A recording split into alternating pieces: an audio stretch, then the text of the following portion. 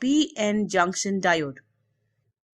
If one side of a single crystal of pure semiconductor Ge or Si, that is germanium or silicon, is doped with acceptor impurity atoms and the other side is doped with donor impurity atoms, a p-n junction is formed as shown in the animation. P region has a high concentration of holes and N region contains a large number of electrons. As soon as the junction is formed, free electrons and holes cross through the junction by the process of diffusion.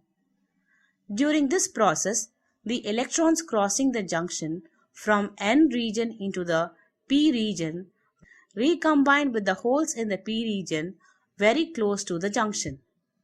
Similarly, holes crossing the junction from the P region into the N region recombine with electrons in the N region very close to the junction.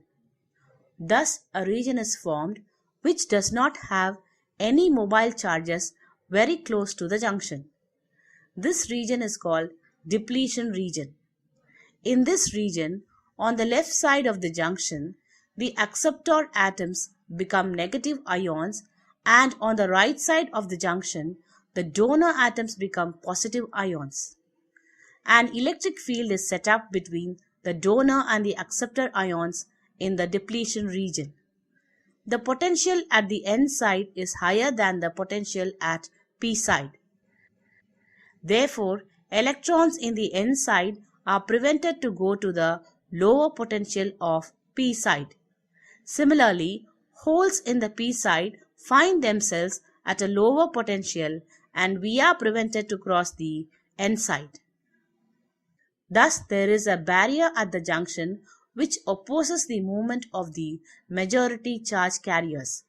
The difference of potential from one side of the barrier to the other side is called a potential barrier. The potential barrier is approximately 0.7 volts for a silicon p-n junction and 0.3 volts for a germanium p-n junction. The distance from one side of the barrier to the other side is called the width of the barrier, which depends upon the nature of the material.